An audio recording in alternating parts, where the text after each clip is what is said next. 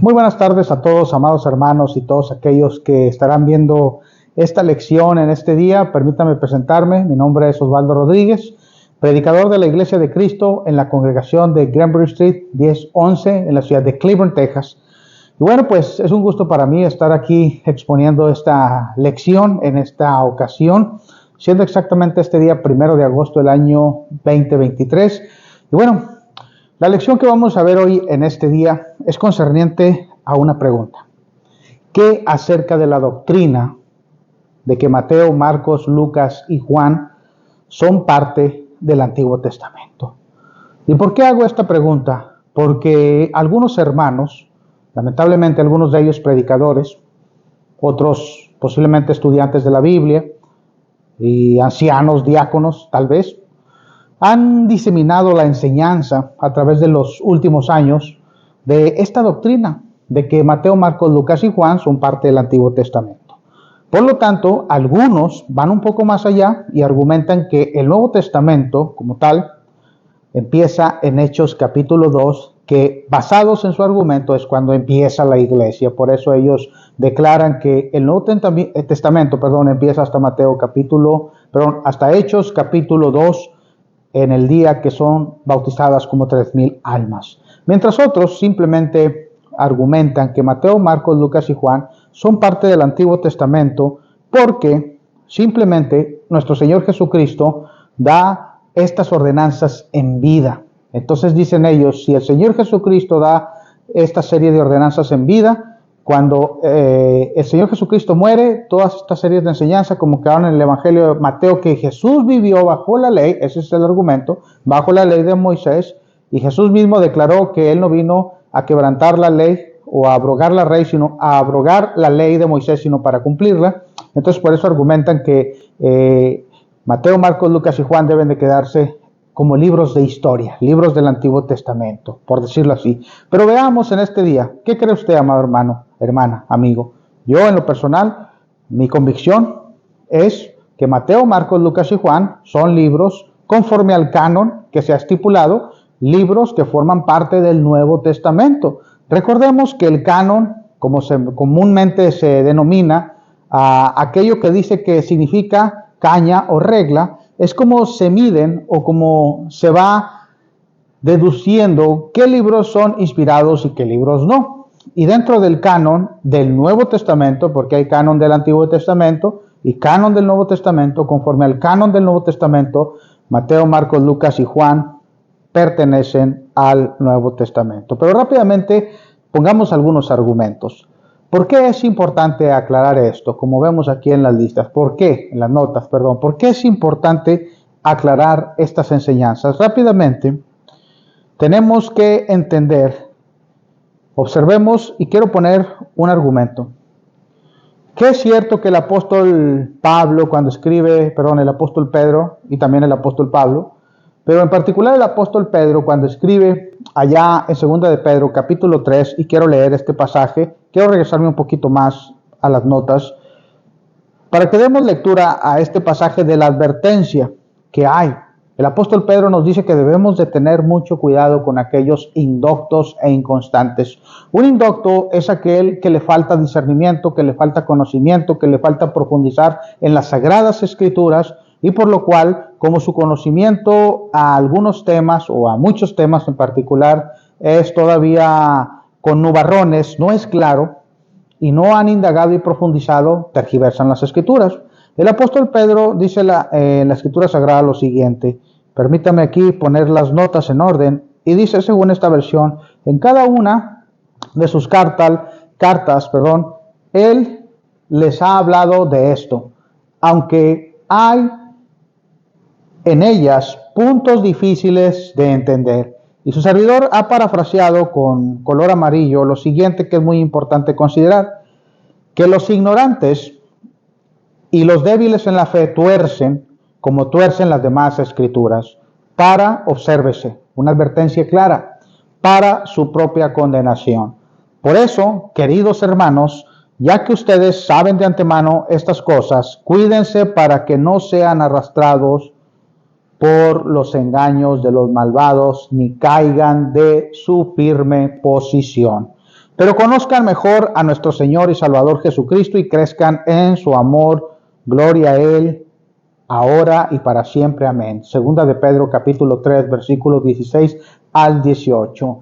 La versión Reina Valera dice que crezcamos en la gracia y en el conocimiento y que tengamos mucho cuidado con los indoctos e inconstantes. Y como decía ahorita, hermanos, algunos predicadores o miembros dentro de la iglesia del Señor han introducido y han creído, miembros y predicadores introducido últimamente la doctrina concerniente que los evangelios de Mateo, Marcos, Lucas y Juan pertenecen a el Antiguo Testamento. Y con ello preparan y presentan un sinnúmero, es triste decirlo, pero de argumentos falacias, cosas que a final de cuentas no son verdad, tienen apariencia de verdad, pero no son verdad. Y eso es lo que se ha estado diseminando dentro de la iglesia por algunos años hasta la fecha. Lamentablemente, hermanos, hermanas y amigos, es que algunos hermanos no solamente están creyendo esta doctrina que sinceramente hasta no tiene lógica, sino que no solamente la están creyendo, sino que la están enseñando. Pero veamos algunos argumentos rápidamente, hermanos.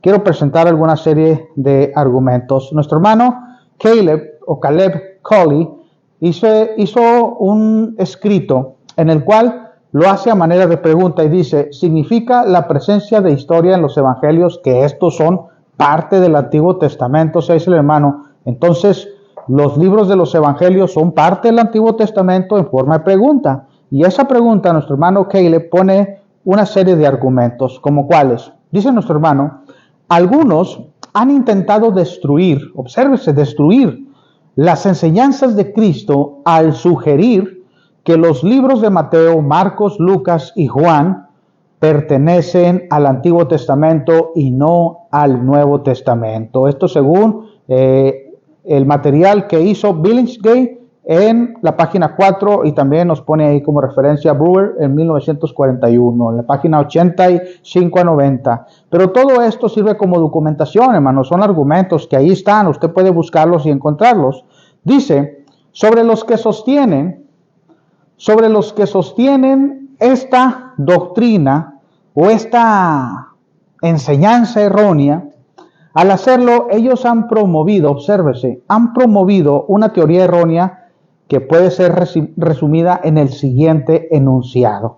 Los libros de Mateo, Marcos, Lucas y Juan son libros de historia, así que por lo tanto, según el argumento de estos hermanos, son libros del Antiguo Testamento, libros de historia que los envían al Antiguo Testamento. Y dice aquí, estos contienen un registro histórico, obsérvese, un registro histórico beneficioso de la vida y los tiempos de nuestro Señor Jesucristo, mientras que, obsérvese, esto es muy importante analizarlo, ¿ok?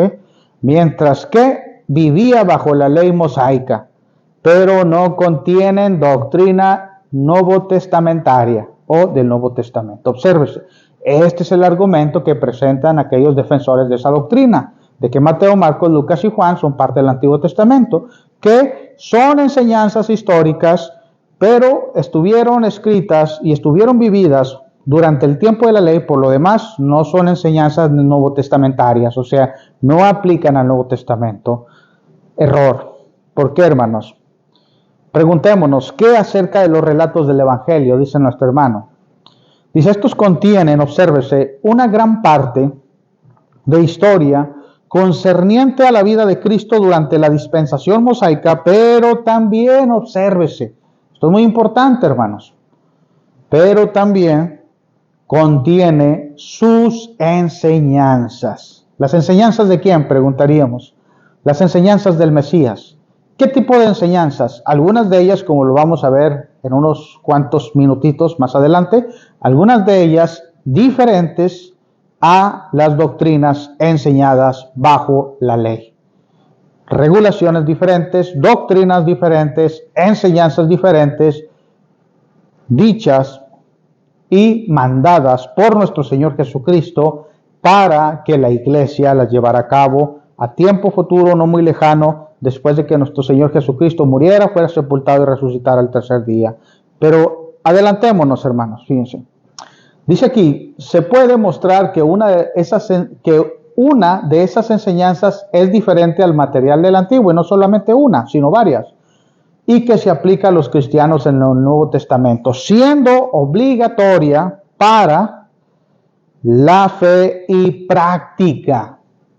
Pregunta, hermanos, amigos, ¿fe y práctica de quién?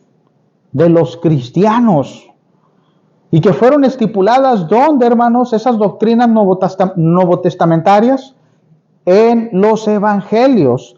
Y rápidamente dice aquí, fíjese que entonces se debe aceptar estos libros, ¿cuáles? Mateo, Marcos, Lucas y Juan, como parte del canon del Antiguo Testamento, dice ahí. No, del Nuevo Testamento, ya que contienen mandamientos que son obligatorios para los que viven bajo el pacto de Cristo. ¿A diferencia de quién? De la vieja ley, del pacto que se hizo con Moisés. Ahora, si los relatos de los evangelios contienen justo esa doctrina, y nos pone como referencia que consideremos algunos pasajes. Mateo 3, Marcos 1, Lucas 7. ¿Acerca de qué? Jesús fue bautizado por Juan el Bautista para cumplir, obsérvese, como cumplir con toda justicia, según Mateo capítulo 3, versículo 15. Jesús claramente aprobó el bautismo de Juan. ¿Dónde? Lucas 7, 29. Y dice aquí, y cuando los fariseos, obsérvese, y cuando los fariseos, dice ahí, y cuando los fariseos, permítame tantito, nada más deje enfocarme aquí, ya decíamos, cuando los fariseos, obsérvese, declinaron someterse a este bautismo, ellos rechazaron los designios de Dios, según Lucas 7:30. En este caso, Jesús requirió que la gente hiciera algo más. Y la pregunta es, ¿qué es ese algo más que Jesús requería que hiciera la gente? Algo más que solamente lo que la ley de Moisés requería o enseñaba. Ciertamente el bautismo de Juan era ajeno, obsérvese, esto es muy importante, ¿ok? Era ajeno a las enseñanzas de la ley de Moisés, era algo diferente. Hubiera sido en vano, dice nuestro hermano, hubiera sido en vano, ¿qué hubiera sido en vano? Que Moisés mandara a los hijos de Israel que se sometieran al bautismo de Juan, ya que Juan todavía no había nacido, así que su bautismo no hubiera perdonado sus pecados. Pero aquí Cristo, en este mandamiento, en esta ordenanza que nuestro Señor Jesucristo da, lo fomentó. ¿Qué? El bautismo de Juan. ¿Qué características tenía? Era diferente. ¿A qué? A lo que se había enseñado en la ley de Moisés. Era algo nuevo. ¿Preparando qué? ¿Cuál era el propósito del bautismo de Juan? Preparar el camino para el reino de los cielos. Precisamente uno de los propósitos de Juan el Bautista era preparar los corazones de la gente para la venida del reino. ¿Y dónde aparece esto? Mateo capítulo 3, versículo 1 al 2, con referencia al Salmo 2, profetizado. Los judíos habían practicado el bautismo como solamente, obsérvese, como una ceremonia religiosa debido a la tradición rabínica. O sea, ellos solamente lo practicaron como una especie de tradición rabínica, como una ceremonia religiosa, pero no para arrepentimiento, preparando sus corazones para la venida del reino. Sin embargo, la enseñanza de Juan era distinta a la ley de Moisés y daba la bienvenida a una nueva era de obligación. Como otra vez se enfatiza, ¿en dónde? Lucas 16:16. La ley y los profetas, dice ahí, eran hasta Juan. Desde entonces el reino de Dios es anunciado y todos se esfuerzan para entrar en él. Hoy, hermanos, solamente vamos a cubrir esta parte, este aspecto. Pero vamos a seguir con este estudio. ¿De qué vamos a hablar en las siguientes lecciones? Vamos a hablar de algunas referencias también que nos ayudan a entender que las doctrinas novotestamentarias que fueron estipuladas en los evangelios se aplican para la iglesia, y por eso el canon ha acomodado Mateo, Marcos, Lucas y Juan dentro del Nuevo Testamento, porque si esas enseñanzas novotestamentarias, como ya vimos, por ejemplo, la disciplina en la iglesia, Mateo 18, la Gran Comisión, Mateo 28, 18 al 20, el amar a nuestros enemigos, las regulaciones acerca del matrimonio y divorcio que aparecen en Mateo 5:32 en adelante y Mateo 19, versículo 3 en adelante hasta el 12, y otra serie de enseñanzas cuando Jesús decía, pero yo os digo, todas esas enseñanzas nuevas entrarían en el nuevo pacto, pero la pregunta es, ¿dónde se están dando? ¿Dónde quedaron redactadas? En los evangelios. Entonces, si quedan redactadas en los evangelios, por lógica, todas esas enseñanzas para la iglesia tienen vigencia cuando la iglesia es estipulada, pero tienen vigencia en los evangelios. Entonces los evangelios forman parte del Nuevo Testamento. Y de eso vamos a seguir hablando la próxima semana, primero Dios. En este día vamos a cubrir solamente esta parte. Preguntas, respuestas, las estaremos dando conforme el estudio se vaya desarrollando. Hoy, su servidor Osvaldo Rodríguez, recuerden, va a ser la lección en forma de